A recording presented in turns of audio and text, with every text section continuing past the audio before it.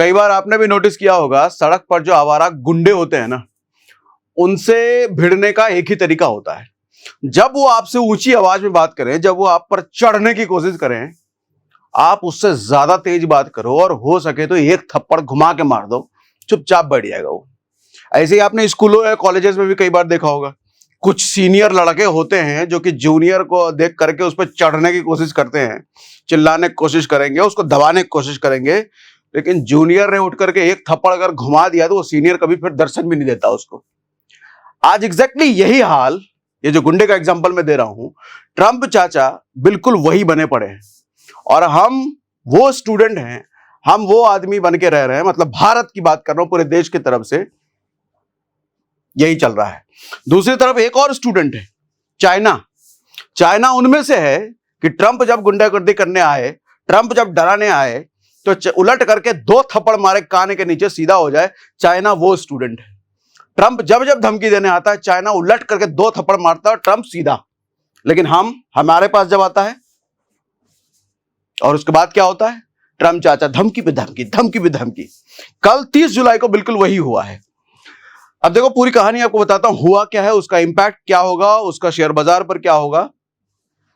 Why Trump is troubling India. 25% इसने tariff declare कर दिया है। पूरी कहानी शुरुआत से बताता हूं, तब आपको ज्यादा समझ में आएगा।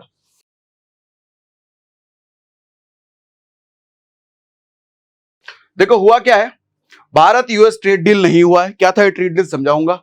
डोनाल्ड ट्रंप ने 25% टैरिफ लगा दिया है, ये भी समझाता हूं। अलग से पेनल्टी लगाने की बात की है, 25% के टैरिफ के अलावा अलग से पेनल्टी क्यों लगेगी वो भी बताता हूं।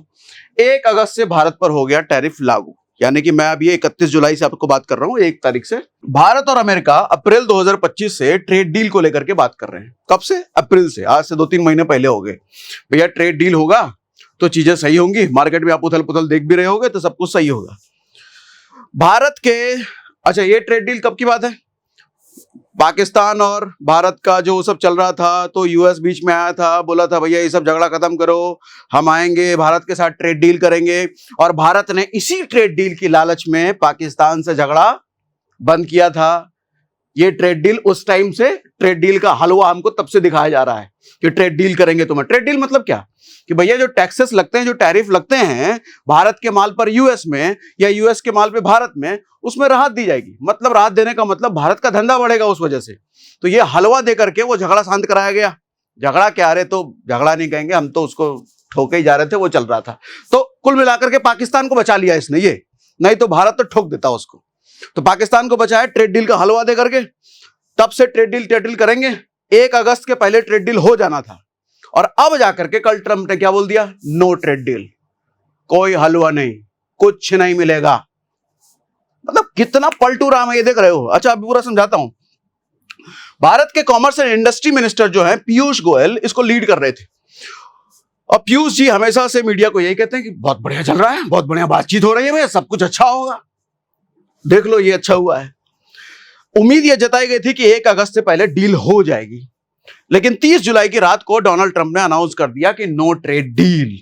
अगस्त में अमेरिकन डेलीगेशन को भी भारत आना था, उसका भी पता नहीं। अब देखो हुआ क्या है, कल मैंने ट्वीट भी किया था ट्विटर पर, मैंने रिसेंटली एक्टिव हुआ हूं अब, लेकिन डेली पोस्टिंग करता हूं मैं ट्विटर पे। आप अगर अपने ट्विटर पे हमको फॉलो नहीं करा है तो ट्विटर पे भी हमको फॉलो कर लीजिए भैया, उसका भी लिंक हम डिस्क्रिप्शन में दे करके रखते हैं, जैसे बाकी सारे लिंक्स होते हैं। ये देखो अपने ट्रुथ सोशल पर इसने पोस्ट किया ट्रंप ने कि I don't care what India does with Russia. Russia वाला कहानी भी बताता हूं आपको। इसने भारत को डेड इकोनॉमिक बताया है। पूरी दुनिया को यकीन है कि भैया भारत एक ग्रोइंग इकोनॉमी है, भारत सबसे तेज उभरता हुआ मार्केट है। इसने भारत को डेड इकोनॉमी बताया है, मरा हुआ इकोनॉमी। भारत को रशिया दोनों को डेड इकोनॉमी इसने बताया है। और देखो, we have just concluded a deal with country of Pakistan whereby Pakistan and United States will work together। Sir Pakistan को इसलिए बचाया, नहीं तो भारत उसको मार करके, और कड़वे सब निकल रहे हैं, मैं कंट्रोल कर रहा हूं भैया, कि उसको ट्रेड डील करना है पाकिस्तान के साथ। अभी आप अगर इस पूरे सिनेरियो को देखोगे तो आपको ये फील आएगा जैसे अंग्रेजों ने हम पर कैसे राज किया, डिवाइड एंड रूल। तो अभी यूएस यानी कि ट्रम्प चाचा पाकिस्तान का इसी तरीके से इस्तेमाल करके ये हमारे खिलाफ उसको एक हथियार की तरह इस्तेमाल कर रहे हैं, कुछ ऐसा आपको फील आएगा। बांटो और दोनों को लड़ा के रखो और फिर करते रहो भैया। सोचो ना, अभी कुछ टाइम पहले पहली बार ऐसा हुआ, कोई यूएस का प्रेसिडेंट पाकिस्तान के आर्मी चीफ, वो जो मुनीर है, उसको व्हाइट हाउस में बुला करके डिनर कराया है। अरे भैया, आपको बुलाना ही है तो देश के प्रधानमंत्री को बुलाओ, राष्ट्रपति को बुलाओ, आर्मी चीफ को बुलाने का क्या मतलब है? तो भारत के साथ तो क्लियर ट्रेड डील नो कर दिया है इसने। और जब मोदी जी वहां गए थे ट्रंप के इलेक्शन जीतने के बाद, उसने क्या कहा था ट्रंप ने? Modi you are my friend, दोस्त बता रहा है मोदी जी को। ये देख रहे हो किस तरह का दोस्त, मतलब मुंह से तो मुझे गाली निकल रहा है, मैं दे नहीं सकता यूट्यूब पर, आपके निकल रहा था, आप दे देना कमेंट बॉक्स में, ठीक है? मैं थोड़ा सा भैया भावनात्मक आदमी, भावना आज जाग जाती है मेरे को देश के लिए। और ये ऐसे समस्या मालूम क्या होती है, चाइना तो उलट के 2 थप्पड़ मार देता है क्योंकि मारने की उसकी औकात है, वो दमदार है, मैन्युफैक्चरिंग है उसके पास, वो आंख दिखा सकता है यूएस को। हमने आज तक अपनी मैन्युफैक्चरिंग पकड़ बनाई नहीं है।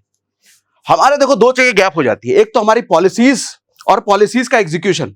पॉलिसी अगर अच्छी बनी है सरकार के जरिए तो पॉलिसी का एग्जीक्यूशन ढीला हो जाता है, पॉलिसी का अगर एग्जीक्यूशन अच्छा है तो पॉलिसी अच्छी है नहीं, हम हमारे इसमें खा जा रहे हैं। हमारी समस्या बहुत सारी है यार। चलो और आगे बात करता हूं। टैरिफ लगा करके भी चैन नहीं मिला। 30 जुलाई को ट्रुथ सोशल पर इन्होंने बात किया टैरिफ की, जो मैंने आपको दिखाया।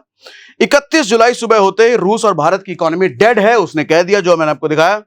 इसके बाद पाकिस्तान को अपना पार्टनर बता करके पोस्ट किया, कहा कि पाकिस्तान के साथ क्रूड ऑयल को लेकर के डील करेंगे, ऑयल एक्सप्लोरेशन करेंगे, और यह भी कहा कि आगे चल के भारत पाकिस्तान से तेल खरीदेगा। क्या करोगे आप ट्रंप के साथ ये सब लाइन सुन करके? सोचो, मतलब कौन सा वाला फीलिंग जागेगा। भारत का जवाब क्या है? भारत ने ट्रंप के बयान को संज्ञान लिया है, और यह भी मैंने ट्विटर पे पोस्ट किया था नीचे। इंडिया ने यह कहा है कि भैया हम इसको बहुत सीरियसली ले रहे हैं, और गवर्नमेंट जो है, कहां गया ये, वेलफेयर फार्मर्स के लिए, एंटरप्रेन्योर्स के लिए और एमएसएमई के रूल्स और उनके हक के प्रोटेक्शन के लिए भैया अग्रसर है। हम उनका प्रोटेक्शन नहीं खो सकते। क्यों? अभी समझाता हूं, उस पर भी आता हूं। तो भारत का खैर बयान तो अच्छा है। भारत और यूएस पिछले महीने एक ऐसा व्यापार समझौता करने की बात कर रहे थे जो दोनों के लिए फायदेमंद और बराबरी मिला हो, जो अब उसने मना कर दिया ट्रंप ने। कोई भी डील किसानों, उद्यमियों और एमएसएमई के हितों से बड़ी डील नहीं हो सकती, ऐसा भारत ने कहा है। नेशनल इंटरेस्ट से बड़ा कुछ भी नहीं है। ऐसा ही कुछ ध्यान हमने यूके के साथ जब अग्रीमेंट किया था, उस टाइम भी हमने यही ध्यान रखा था। अब यूएस से क्यों नहीं, बात जरा ध्यान से समझिएगा, क्यों बनी नहीं। हमारे पास 3 ऐसे सेक्टर हैं जिस पर यूएस की नजर है भैया। ये हमारे लिए समझ लो सोना जैसा सेक्टर है। पहला, एग्रीकल्चर। भारत कृषि प्रधान देश है भैया, हमारे पास इनफ माल कृषि चीजों का, खेती बाड़ी का है, और हम अपने लिए भी इनफ हैं, और हम दूसरे देशों को बेच भी देते हैं। यूएस मास लेवल पे एग्रीकल्चर करता है, और उसका माल वो चाहता है कि भारत खरीदे। हम काय को खरीदे भाई, काय को खरीदे, हमको जरूरत ही नहीं है। अब दूसरा है डेयरी। डेयरी भी वो मास पे खेलते हैं भैया, भरपूर उनका प्रोडक्शन है, और सब चीज आर्टिफिशियल है। भैंस की क्षमता अगर 10 किलो दूध देने की है तो 20 किलो निकलवाते हैं, इंजेक्शन, मैकेनिज्म और पता नहीं क्या क्या कर करके। और जब इतना मास प्रोडक्शन है भैया, यूएस में तो उतनी जनता है नहीं, वो बात चाहते हैं कि भारत खरीदे उनसे डेयरी प्रोडक्ट। हम काय को खरीदें भैया, यहां भी हम सेल्फ सफिशिएंट हैं, हम दूसरे को भी बेच देते हैं, वो जबरदस्ती हमको खरीदवाना चाहता है। यही काम एमएसएमई के साथ है। एमएसएमई को साथ जरा समझिएगा। एमएसएमई मैन्युफैक्चरिंग देश के प्रोडक्शन का बैकबोन है हमारे देश का।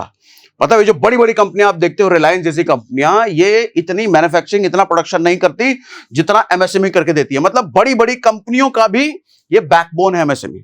और एमएसएमई अपना माल यूएस भी बेचती है, ठीक है।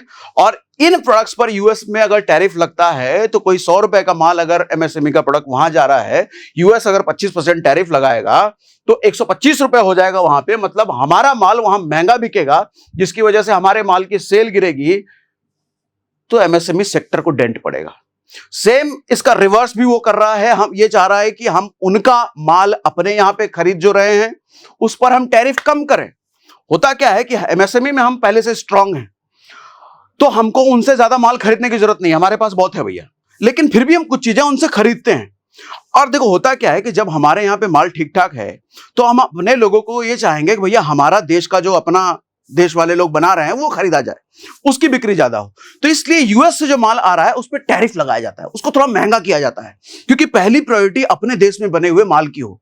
यूएस क्या चाहता है, जो माल वो यहां से यहां आ रहा है, यूएस से भारत आ रहा है, उस माल पे टैरिफ कम करो भैया, मतलब उसकी भी सेल उतनी हो जितनी हमारे देश वाले माल की हो। ये हम कर सकते हैं क्या? नहीं करना चाहिए ना, कोई भी देश नहीं करेगा। अपने बने हुए देश का जो माल है उसकी प्रायोरिटी ज्यादा है ना। यूएस इस प्रायोरिटी को खत्म करके वो चाहता है कि यूएस का भी माल वैसे ही बिके जैसे भारत का माल बिकता है। मतलब पूरी तरीके से आप इसको दादागिरी अगर कहो तो गलत शब्द नहीं है। मुझे गुस्सा इस बात पे आता है कि हर बार इस दादागिरी का जवाब यही होता है, समझ रहे, यही होता है। लेकिन चाइना क्या करता है, पलट घुमा के, और जिसकी वजह से वो कुछ नहीं कर पाता। अच्छा, अब तो 500% पेनल्टी की भी बात हो गई है। इन्होंने कहा है कि भैया भारत रशिया से तेल खरीदता है, इन्होंने बोला कि रशिया से अगर तेल खरीदोगे तो 25% टैरिफ तो है, 500% पेनल्टी अलग से लगाऊंगा। अच्छा, रशिया से सिर्फ हम नहीं खरीदते, चाइना भी खरीदता है। पेनल्टी धमकी तो वो चाइना को भी देता है, लेकिन चाइना क्या करता है आपको बताया मैंने, हम क्या करते हैं, ठीक। और उल्टा धमकी नहीं चीज है भैया, भारत अब पाकिस्तान को कुछ ऐसा बना रहा है कि वहां तेल निकले, भारत पाकिस्तान से तेल खरीदेगा, मतलब अब धंधा करेंगे हम पाकिस्तान से, समझ रहे हो ना। अच्छा, ये सब होने की वजह से किन सेक्टर्स पे असर पड़ेगा जरा ये भी बताता हूं आपको। टेक्सटाइल पर असर पड़ेगा भैया, ये जो टैरिफ का इसने खेल कर दिया। टेक्सटाइल में कुछ लीडिंग कंपनियां हैं, केपीआर मिल है, अरविंद है, पेज इंडस्ट्रीज है। क्यों कह रहा हूं, क्योंकि ये सब हम भारी मात्रा में एक्सपोर्ट करते हैं। और कितना एक्सपोर्ट करते हैं मालूम, हमारा भारत का जो यूएस एक्सपोर्ट है वो लगभग $90 बिलियन का एक्सपोर्ट है। कितना होता है 90 बिलियन? सर, हमारे टोटल जीडीपी का लगभग 2.5% हम सिर्फ यूएस को एक्सपोर्ट करके कमाते हैं। टोटल जीडीपी का 2.5%, मतलब यह बहुत ज्यादा बड़ा नंबर है। और इस पर टैरिफ यूएस का लगाना, पेनल्टी अलग से लगाना, इकोनॉमी को खतरनाक वाला डेंट लगना है हमारी भारत की इकोनॉमी को, अगर ये ऐसा करता है, ठीक। अब जिसकी वजह से जो सेक्टर इंपैक्ट हो रहे हैं वो टेक्सटाइल होगा, आईटी तो होगा ही होगा। आईटी में सबसे बड़े एक्सपोर्टर हैं भैया हम, यूएस को सबसे ज्यादा अपनी आईटी सर्विसेज एक्सपोर्ट करते हैं, हमारे लोग वहां काम करते हैं, या यहां रह करके भी हम उन्हीं को सर्विस दे रहे होते हैं। तो आईटी सेक्टर पिटेगा भैया। आईटी की लीडिंग कौन कौन सी कंपनी है, टीसीएस है, इन्फोसिस है, टेक महिंद्रा है, विप्रो, एडिक्सन है। फार्मा भैया, फार्मा लगभग वहां जो माल बिकता है फार्मा का, दवाइयां वगैरह, उसका 40% हिस्सा भारत उनको बेचता है यूएस को। तो फार्मा भी अगर महंगा होगा तो फिर लगेगी वाट। लेकिन फार्मा में मालूम उनका ज्यादा नुकसान होगा, हालांकि सब में ही उनका नुकसान होगा, लेकिन फार्मा का बताता हूं। सर, हमारे यहां पे जो फार्मा कंपनी मैन्युफैक्चरर है वो अगर 5 रुपए कमा रही है तो उनका जो डीलर वहां बेचता है वो 20 रुपए कमाता है। तो अगर हमारा फार्मा वहां महंगा होगा तो उनके डीलर की पिटाई ज्यादा होगी, उनका डीलर का मार्जिन ज्यादा खराब होगा, उनके डीलर की सेल खराब जो ज्यादा होगी। हमारा चलो 5% इंपैक्ट होगा ही होगा, लेकिन उनका भी नुकसान साथ में ज्यादा होगा। यही चीज आईटी के साथ भी होगा, यही चीज टेक्सटाइल के साथ भी होगा, लेकिन उस मूर्ख आदमी को कौन समझाए, ठीक है। फार्मा, ज्वेलरी बड़ा सेक्शन है भैया, हम उनको एक्सपोर्ट करते हैं। ऑटो एंसिलरी मतलब ऑटो पार्ट समझ लो, हमारा लैंड रोवर जगुआर वहां पे बिकता है, टाटा मोटर्स है, ये सब कंपनियां हैं। इंजीनियरिंग में भैया वेल है, थर्मैक्स है, एबीबी इंडिया है। एग्रो में अगर देखोगे तो भैया केआरबीएल है, अवंती फीड्स है, एलटी फूड्स है। ये सारे सेक्टर के ये सारी लीडिंग कंपनियां हैं जिस पर इंपैक्ट पड़ने वाला है। अब देखना ये होगा कि भैया भारत का रिएक्शन क्या होता है। भारत सरकार ने ये तो कह दिया है कि हम अपने एंटरप्रेन्योर्स को प्रोटेक्ट करेंगे, उनके राइट्स प्रोटेक्ट करेंगे, एग्रीकल्चर प्रोटेक्ट, किसानों को प्रोटेक्ट करेंगे। लेकिन ये प्रोटेक्शन कैसे होगा, सवाल ये बड़ा है। मुझे अभी नीलेश शाह का भी मैं सुबह या कल इंटरव्यू देख रहा था, तो नीलेश शाह ने ये कहा है कि इस वक्त भारतीय शेयर बाजार का हाल कुछ ऐसा हो गया है। वो पुरानी फिल्म आई थी ना जिसमें मुगले आजम, उसमें वो अकबर डायलॉग देता है कि अनारकली सलीम का प्यार तुमको मरने नहीं देगा और मैं तुमको जीने नहीं दूंगा। अभी इंडियन स्टॉक मार्केट का हाल यही है। ये DIIs भैया इनको मरने नहीं देंगे, मार्केट को मरने नहीं देंगे DIIs, क्योंकि लगातार खरीद रहे हैं।